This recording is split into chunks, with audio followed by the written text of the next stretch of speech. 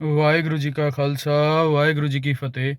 आज की ये वीडियो हिंदी में होगी क्योंकि बहुत से मेरे दोस्तों ने कहा था कि पंजाबी वीडियो समझ नहीं आती, और आज का कुछ टॉपिक भी ऐसा ही है कि सबको समझ में आए तो वीडियो बनाने का कुछ फ़ायदा होगा, है ना? तो आज का टॉपिक हमारा ये है कि who is going to decide your religion, who will decide your religion, कि आपका धर्म कौन-सा होगा, इस बात का फ़ैसला कौन करेगा, है ना? और दूसरा आज का टॉपिक है कि हिंदू, सिख, मुस्लिम, ईसाई, क्या ये सब एक ही हैं? क्या किसी एक धर्म में से कोई दूसरा धर्म निकला है, या चारों अलग-अलग हैं?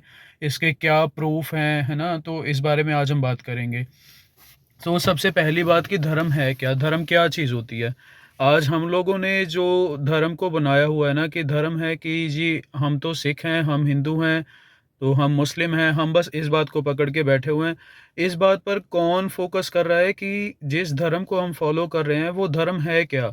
एक्चुअल में धर्म का मतलब क्या है? धर्म जो है, वो परमात्मा तक पहुँचने के अलग-अलग रास्ते हैं, ठीक है जी? जैसे कि सनातन धर्म है, सिख धर्म है, इस्लाम है, क्रिश्चियनिटी है।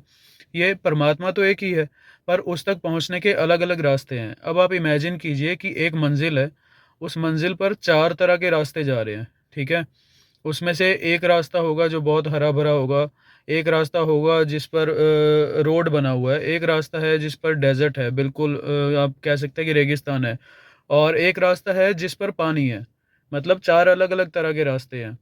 अब अगर किसी एक रास्ते पर चलने वाले लोग, दूसरे रास्ते पर चलने वाले लोगों को बोलें कि नहीं तुम्हारा रास्ता सही नहीं है, तुम्हारा रास्ता भी जो है वो हमारे रास्ते में से ही निकला हुआ है, ठीक है? कि रेगिस्तान जो है वो हरियाली में से ही निकला हुआ है, तो अभी तुम रेगिस्तान को छोड़ो, तुम हरियाली में ही वापस आ जाओ।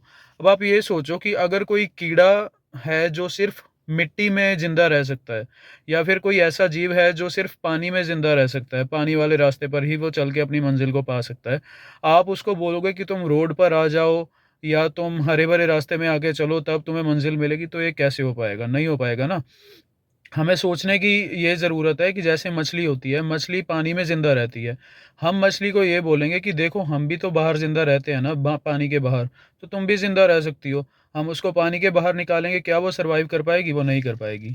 सेम अगर हम किसी इंसान को या किसी पशु-पक्षी को बोलते हैं कि देखो मछलियाँ तो पानी में ज़िंदा रहती हैं, तो हम भी पानी में ज़िंदा रह पाएँगे। तो क्या हम लोग पानी में साँस ले पाएँगे? हम नहीं ले पाएँगे।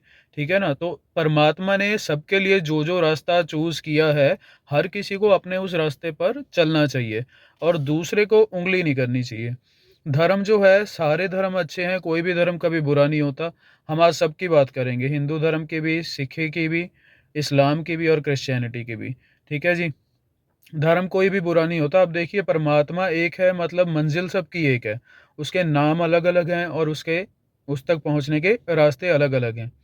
अब उस परमात्मा तक पहुँचना कैसे है? हर एक रास्ता जो अलग है, हर रास्ते के रूल्स भी अलग होंगे, है ना? पानी में चल के अपनी मंज़िल तक कैसे पहुँचना है, उसके रूल्स अलग हैं कि आपको तैर के जाना पड़ेगा। रोड वाला जो रास्ता है, जहाँ पे रोड बना हुआ है, वहाँ से जाके आपको अपनी मंज़िल तक कैसे पहुँचना है, उसके रूल्स अलग होंगे। और जहाँ पर गार्डन है और जहाँ पर रेगिस्तान है, उनके भी रूल्स अलग होंगे, ठीक है ना? सीधी-सी बात है कि जहाँ पे सिचुएशन ही अलग होगी, तो रूल्स ऑटोमैटिकली चेंज हो जाते हैं। तो हम कभी भी रूल्स को सेम नहीं कर सकते हैं, किसी भी रास्ते के, किसी एक रास्ते के रूल्स को दूसरे रास्ते के रूल्स पर इम्प्लीमेंट हम नहीं कर सकते हैं। यही चीज़ हमें ध्यान देनी चाहिए धर्म के मामले में, कि जो धर्म है वो अलग-अलग रास्ते हैं ना, परमात्मा तक ही पहुँच रहे हैं ना, तो हमें इंटरफेयर नहीं करना चाहिए। दूसरे रास्ते में इंटरफेयर करने का क्लियरली मतलब होता है कि हम पाप कर रहे हैं, क्लियरली मतलब होता है। अब ये बात है कि हमारा धर्म कौन डिसाइड करेगा कि हमारा धर्म क्या है? अगर मेरा कोई भाई है जो बोलता है कि मैं हिंदू हूँ, ठीक है? तो क्या उसके बोलने से वो हिंदू हो जाएगा? जैसे अगर मेरा कोई सिख भाई है, मैं खुद सिख हूँ, तो हमारे क्या बोलने से हम सिख हो जाएँगे? कि जैसे मैं बोलूँ कि नहीं मैं तो सिख हूँ जी, तो क्या मैं बोलने से सिख हो जाऊँगा? क्या कोई बोलने से ही मुसलमान या ईसाई हो जाता है? नहीं। हमारे जो कर्म हैं वो हमारा धर्म डिसाइड करते हैं। क्यों? कर्म कैसे डिसाइड करेंगे? जैसे कि हमने पहले बात करी है कि अलग-अलग रास्ते हैं परमात्मा तक पहुँचने के, ठीक है? तो हम जिस रास्ते के हिसाब से अपनी ज़िंदगी जी रहे हैं, उसी को तो हम बोल सकते हैं ना कि ये उस रास्ते का मुसाफ़िर है। अगर कोई इंसान तैरकर मंजिल पाना चाहता है तो हम यही बोलेंगे ना कि ये पानी वाले रास्ते का मुसाफिर है। हम ये तो नहीं बोलेंगे कि ये रेगिस्तान का मुसाफिर है, क्योंकि रेगिस्तान में तो कोई तैर ही नहीं सकता। ठीक है, इसीलिए हर रास्ते के अपने रूल्स अलग हैं और हमारे अपने किए हुए कर्म डिसाइड करते हैं कि हमारा रिलीजन क्या है। अब जैसे बहुत से लोग हैं जो अपने आप को सिख बोलते हैं, ठीक है, पर उनको हाथों में मेहंदी भी लगानी है, उनको केश भी कटवाने हैं, उनको व्रत भी रखने हैं, उनको हर वो चीज़ करनी है जो हिंदू भाई करते हैं। तो ये कैसे हुआ? उनके कर्म तो हिंदुओं वाले हैं, तो वो सिख कैसे हुए? जब आपके कर्म हिंदुओं वाले हैं तो आप हिंदू ही हो, आप सिख नहीं हो। आप अपने आप को धोखा दे रहे हो, आप किसी और को धोखा नहीं दे रहे हो। ठीक है, तो अगर ऐसे ही सेम कोई केस रख के कोई केस रखे और सिर्फ सिख रूल्स को फॉलो कर रहा है और वो बोलता रहे कि नहीं मैं तो किसी और धर्म से बिलोंग करता हूँ, तो क्या ये पॉसिबल है? नहीं है ना। तो सेम चीज़ है जी, ये जो हमें समझने वाली बातें हैं कि जिस रास्ते के रूल्स को हम फॉलो कर रहे हैं, जिस धर्म के रूल्स को हम अपनी लाइफ में इम्प्लीमेंट कर रहे हैं, वही हमारा धर्म हुआ ना। हम मुंह से कुछ और बोलें और हम कर्म कुछ और कर रहे हैं, तो ये कैसे हो सकता है ना। आप देखिए कि बेसिक 14 पॉइंट्स हैं जो किसी भी धर्म को डिफाइन करते हैं। Basic 14 points. अब हम उन 14 पॉइंट्स के बारे में बात करेंगे कि जो चारों ये रास्ते हैं ये अलग अलग कैसे हुए, जो कोई भी धर्म है ये अलग कैसे हुए, ऐसा क्यों नहीं है कि सारे एक ही धर्म से निकले हैं। उस चीज़ के प्रूफ के बारे में हम अभी बात करेंगे। जो पहला पॉइंट है वो है मंत्र। हिंदू धर्म में हम बेसिकली अभी जैसे क्रिश्चियनिटी तो बाहर से आई है, वो इंडिया में नहीं थी ना। इंडिया में 3 रिलीजन मेन है, हिंदू, मुसलमान और सिख। इन तीनों को अगर बेसिक मान के चले, इन तीनों के बारे में डिस्कस करें तो हिंदू धर्म में जो मंत्र है वो कौन से हैं? गायत्री मंत्र है। ठीक है जी। मुसलमानों में क्या है? मुसलमान कलमा पढ़ते हैं। सेम सिखों में क्या है? सिख मूल मंत्र का पाठ करते हैं और जपजी साहब का पाठ करते हैं। सो पहला पॉइंट जो है मंत्रों का, जो धर्म के 14 पॉइंट हैं उनके बारे में हम अभी बात कर रहे हैं। पहला पॉइंट है मंत्रों का, वो इन तीनों धर्मों का अलग है। हिंदुओं का गायत्री मंत्र, मुसलमानों का कलमा और सिखों का मूल मंत्र और जपजी साहिब। अब दूसरा पॉइंट आता है मंगलाचरण। मंगलाचरण में हिंदुओं का होता है ओंग या श्री गणेशाय नमः आदि। ठीक है, मंगलाचरण होता है कि हम कोई भी मंत्र बोलने से पहले या कोई शुभ काम करने से पहले जो हम स्टार्टिंग में कुछ लाइंस बोलते हैं। अब मुसलमानों में होता है बिस्मिल्लाह। जैसे मुसलमान भाई बोलते हैं ना बिस्मिल्लाह रहमान रहीम। मैं गलत बोल सकता हूँ, उसके लिए सॉरी बोल रहा हूँ, क्योंकि मुझे नई प्रैक्टिस है किसी दूसरे धर्म के मंत्रों की। बात सिर्फ ये है कि क्लैरिफिकेशंस की कि जो रास्ते अलग हैं वो अलग कैसे हैं, वो एक क्यों नहीं है और वो अलग कैसे हैं, हम बात उस पर कर रहे हैं। अब मंगलाचरण जो है वो हिंदुओं का है ओम और श्री गणेशाय नमः आदि, और मुसलमानों का है बिस्मिल्लाह। सिखों का क्या है? सिखों का है एक ओंकार सतगुर प्रसाद। ठीक है जी। सो मंत्र और मंगलाचरण ये 2 पॉइंट तीनों धर्मों के अलग अलग हुए। अब तीसरा पॉइंट है मुलाकात के टाइम पर जब हिंदू भाई मिलते हैं तो क्या बोलते हैं? नमस्ते बोलते हैं या राम राम बोलते हैं या राधे राधे बोलते हैं। मुसलमान जो हैं वो क्या बोलते हैं? मुसलमान बोलते हैं सलाम। और जो सिख हैं वो बोलते हैं वाहिगुरु जी का खालसा वाहिगुरु जी की फतेह या फिर सत श्री अकाल। ठीक है जी। तो मुलाकात के टाइम पर भी जो बोला जाता है वो भी तीनों धर्मों में अलग अलग है। अब चौथा पॉइंट कि धार्मिक ग्रंथ कौन से हैं या धार्मिक पुस्तकें कौन सी हैं। अब हिंदुओं के धार्मिक ग्रंथ कौन से हैं? हिंदुओं में है वेद और गीता। ठीक है। मुसलमानों की है कुरान और सिखों में है गुरु ग्रंथ साहिब जी। चौथा पॉइंट भी हमारा अलग हुआ। पांचवा पॉइंट है तीर्थ। तीर्थ जो हमारे स्थल होते हैं, हिंदुओं में है गंगा, गया, प्रयाग आदि। जो 4 धाम है, अभी पीछे यात्रा भी हुई थी ना, तो वो जो तीर्थ स्थल हैं हिंदुओं के। और मुसलमानों के हैं मक्का मदीना। सिखों में है अमृतसर, हजूर साहिब आदि। सिखों में जो है धार्मिक स्थल है वो सिर्फ और सिर्फ गुरुद्वारे हैं और कोई नहीं है। सो ये पांचवा पॉइंट भी अलग। अब छठवां पॉइंट है कि हमारे धार्मिक स्थल है कौन से। हिंदुओं में है ठाकुर द्वारे या शिवालय मतलब कि मंदिर। मुसलमानों में है मस्जिद और सिखों के क्या होते हैं? गुरुद्वारे। ये 6वां पॉइंट भी हमारा अलग हुआ। 7वां पॉइंट है पूजा करने की दिशा, कि कोई भी इन तीनों धर्मों में से जब पूजा की जाती है तो किस दिशा में की जाती है। हिंदुओं में पूरब दिशा मतलब कि ईस्ट, जहाँ से सूर्य उदय होता है, उस दिशा की तरफ मुंह करके पूजा की जाती है। मुसलमानों में पश्चिम दिशा की तरफ मुंह करके पूजा की जाती है, क्योंकि मुसलमान मानते हैं कि खुदा का वास जो है वो पश्चिम दिशा में है। और सिखों में चारों दिशाएं एक बराबर हैं। हमारे में क्लियर बोला जाता है चत्र चक्र पासे चतर चक्र बासे, कि खुदा भगवान चारों तरफ है और चारों तरफ वो वस रहा है, वो कण कण में विराजमान है। ठीक है। तो सातवां पॉइंट जो हमारा है पूजा करने की दिशा, वो भी तीनों का अलग अलग है। आठवां पॉइंट है स्नान करने का टाइम, कि नहाना किस टाइम है। हिंदुओं में है सूरज चढ़ने के टाइम पे, ठीक है, जब सूर्योदय होता है। मुसलमानों का होता है वजू नमाज से पहले, और सिखों का स्नान होता है अमृत वेले के टाइम। ठीक है जी। आठवां पॉइंट हमारा जो है स्नान का टाइम, वो भी अलग। नौवां पॉइंट जो है संध्या, कि शाम के टाइम इन तीनों धर्मों में किस किस टाइप की पूजा की जाती है। अब हिंदुओं में गायत्री मंत्र पढ़ के तर्पण किया जाता है। ठीक है जी। मुसलमानों में नमाज पढ़ी जाती है, और सिखों में रहरास साहब और सोहला साहब का पाठ होता है। नौवां पॉइंट भी हमारा बिल्कुल अलग। अब 10वां पॉइंट, संस्कार कौन कौन से होते हैं इन तीनों धर्मों में। हिंदुओं में क्या होता है, जनेऊ पहनाया जाता है और मुंडन किया जाता है।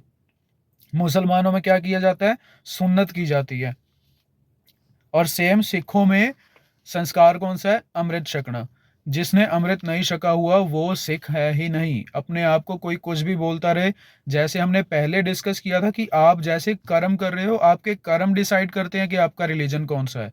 आप किसी और सोच से अट्रैक्टिव फील करके आप कुछ भी बोलते रहो, आपके बोलने से कुछ नहीं होगा। ठीक है। जब परमात्मा की दरगाह में जाओगे, वहां पर फैसला आपके कर्मों के हिसाब से होना है कि आपने कर्म किस हिसाब से करे हैं और आप बोल क्या रहे थे। जो बंदा अंदर से और जुबान से ही एक नहीं है, वो क्या ही रिलीजियस हो सकता है। संस्कार भी तीनों के अलग अलग हैं। 11वां पॉइंट है चिन्ह। हमारे धार्मिक चिन्ह कौन कौन से हैं। हिंदुओं के हैं तिलक, माला, जनेऊ, धोती। ठीक है जी। मुसलमानों के हैं शरई, मूछें, तंबा। ठीक है जी। सिखों का है केश, कृपान, कशहरा। जो 5 ककार हमें दिए गए हैं, केश, कंगा, कृपान, कड़ा, कशहरा, ये हमारे धार्मिक चिन्ह है। ये भी तीनों में से किसी के भी सेम नहीं है। अब हमारा 12वां पॉइंट, कि पूजा कौन कौन कर सकता है इन तीनों धर्मों में। अब हिंदुओं में होता है ब्राह्मण या सन्यासी, जिनको मेन पूजा करने का हक है। मुसलमानों में होता है सैयद और मौलवी। सिखों में है गुरु का खालसा, कि जो अमृतधारी सिख है वो पूजा कर सकता है। हमारा 12वां पॉइंट पूजा करने का अधिकार, वो भी तीनों का अलग अलग है। अब आता है 13वां पॉइंट, कि मेन दिन कौन कौन से सेलिब्रेट किए जाते हैं इन तीनों धर्मों में। हिंदुओं में सेलिब्रेट किया जाता है मेनली दिवाली, जन्माष्टमी और रामनवमी आदि। ठीक है जी। मुसलमानों में होता है ईद और बकरीद, और सिखों में क्या होता है, गुरपुरब होते हैं। हमारे जो डेज हैं सेलिब्रेशन के, वो भी तीनों धर्मों के अलग अलग हैं। अब 14वां पॉइंट, कि प्रसाद कौन कौन सा होता है इन तीनों धर्मों में, कौन कौन सा प्रसाद एक्सेप्टेबल है। हिंदुओं में है चूरमा, लड्डू और फल आदि। हम सबने देखा है कि मंदिरों में यही प्रसाद दिया जाता है। ठीक है। मुसलमानों में है दुम्बा, बकरा आदि। सबको पता है कि बकरे कटते हैं, मस्जिदों में वो प्रसाद बांटा जाता है। अब सिखों में क्या प्रसाद जो है प्रवान किया गया है, वो है कड़ा प्रसाद, जिसको देग भी बोला जाता है।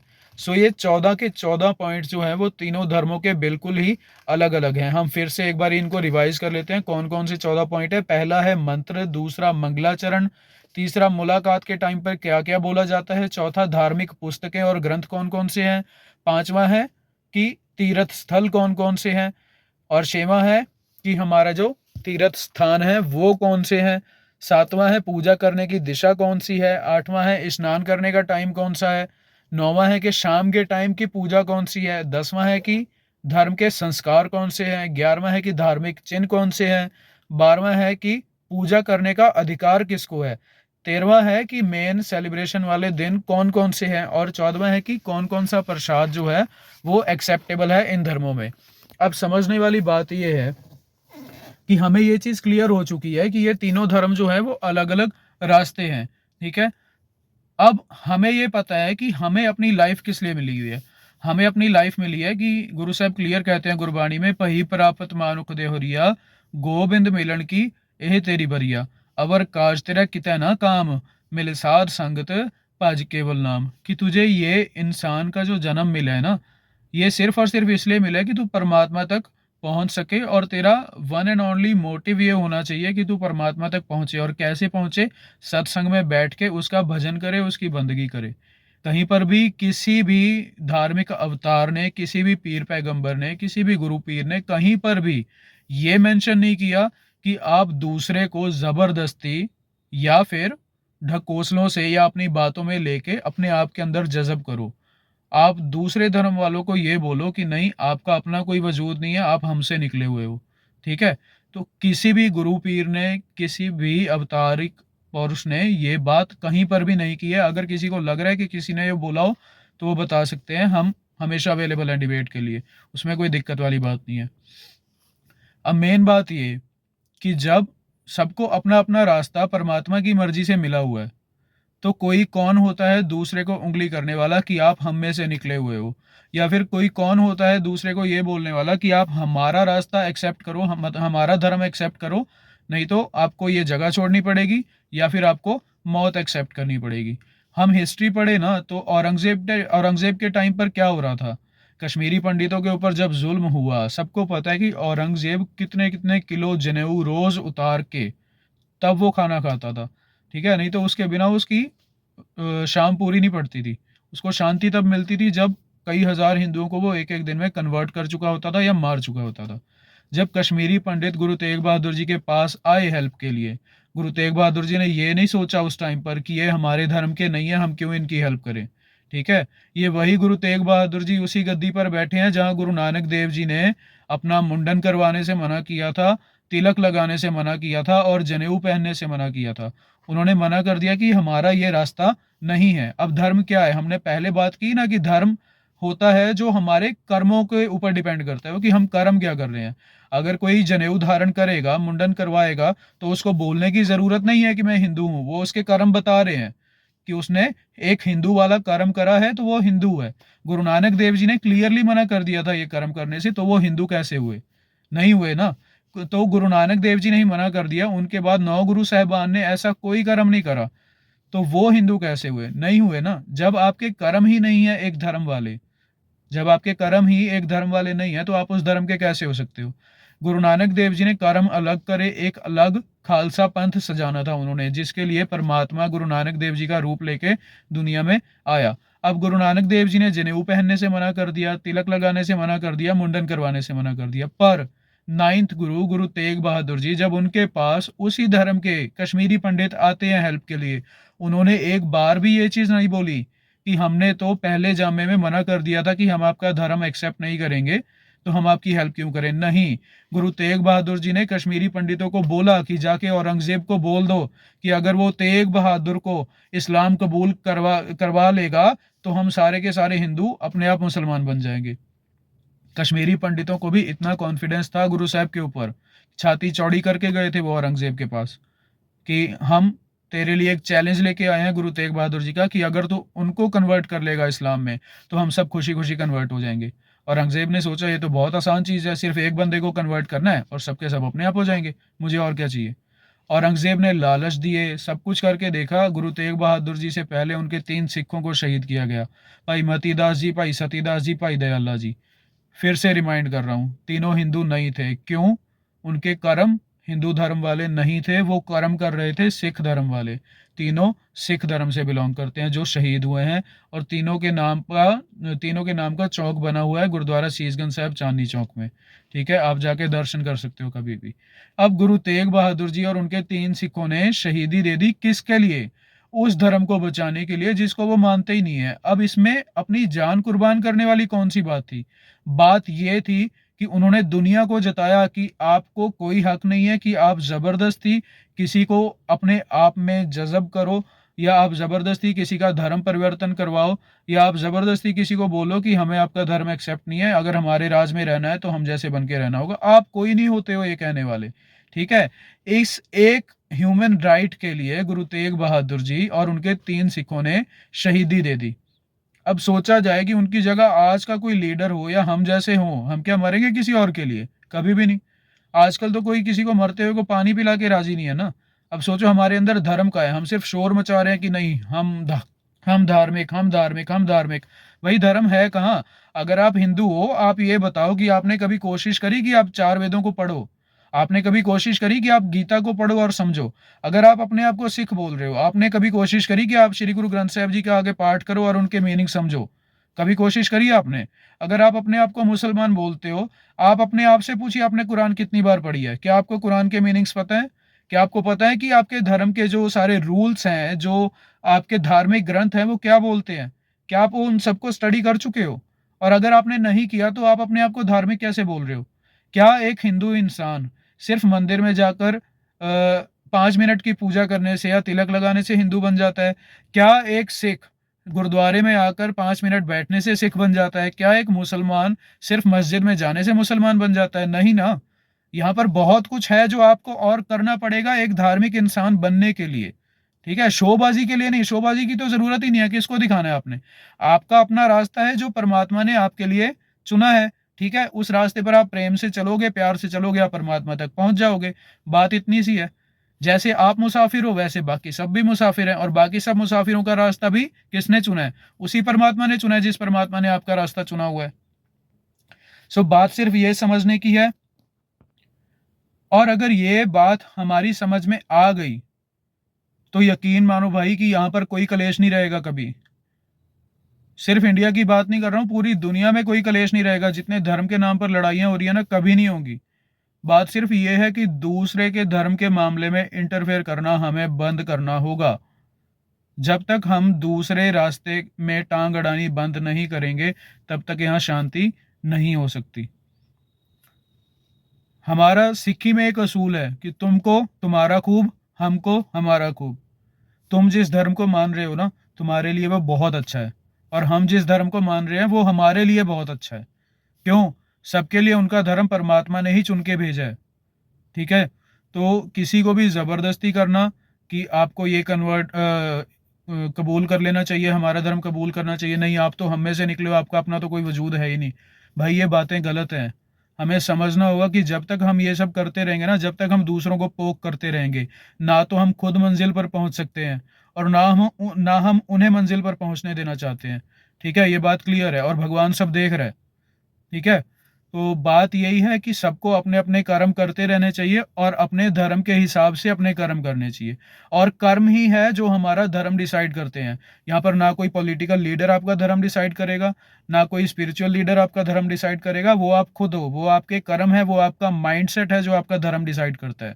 ठीक है, अगर कोई केस रख के हिंदुओं वाले कर्म कर रहा है तो वो सिख नहीं है, वो हिंदू ही है। अगर कोई केस रख के मुसलमानों वाले कर्म कर रहा है, वो सिख नहीं है, वो मुसलमान है। और सेम ऐसे ही है, अगर कोई अपने आप को हिंदू बोलता है पर वो कर्म सिखों वाले कर रहा है, तो वो हिंदू नहीं है, वो सिख है। ये बात हमें समझ, और ये कोई दिक्कत वाली बात नहीं है भाई। जिसको जो सही लग रहा है उसको वो करने दो ना, क्या दिक्कत हो रही है? किस बात की प्रॉब्लम है? हमें हमें किसी को प्रॉब्लम नहीं होनी चाहिए, क्योंकि सारे धर्म पवित्र हैं। सारे धर्म परमात्मा की मर्जी से ही बने हैं। अगर परमात्मा की मर्जी ना होती, आप खुद सोचो, हम खुद बोलते हैं ना, हम सभी बोलते हैं कि परमात्मा की मर्जी के बिना एक पत्ता भी नहीं हिलता। तो इतने इतने बड़े धर्म कैसे बन जाते अगर परमात्मा की मर्जी ना होती तो? और अगर उसकी मर्जी है, उसकी मर्जी के खिलाफ हम लोग ये काम कर रहे हैं ना फिर, कि नहीं तुम्हारे धर्म का अपना कोई वजूद है ही नहीं, तुम तो हम में से निकले हुए हो, तो फिर आप ये बताओ कि आप परमात्मा की खुशी कैसे पा सकोगे? नहीं पा सकते। आप सिर्फ अपने आप को धोखा दे रहे हो, और आप अपनी लाइफ को बर्बाद कर रहे हो। इससे ज़्यादा आप अपनी लाइफ में कुछ अचीव नहीं कर सकते, कुछ भी नहीं। जो रास्ते परमात्मा ने अलग बनाए हैं वो अलग ही रहेंगे। उसको कोई इंसान मर्ज नहीं कर सकता, इतनी किसी की औकात नहीं है। कोई भी मर्ज नहीं कर सकता उनको। ठीक है जी। सो बोलते हुए अगर मुझसे कोई गलती हुई तो मैं माफ़ी चाहूँगा। सभी धर्मों की दिल से रिस्पेक्ट है, मैं खुद रिस्पेक्ट करता हूँ सारे धर्मों की। और जो किसी भी धर्म को डिसरिस्पेक्टफुल कोई वर्ड्स बोले, वो इंसान धार्मिक हो ही नहीं सकता, वो कभी भी धार्मिक नहीं हो सकता। बोलते हुए मेरे से अगर कोई भूल चूक हो गई हो तो मैं माफ़ी चाहूँगा। वाहिगुरु जी का खालसा, वाहिगुरु जी की फतेह।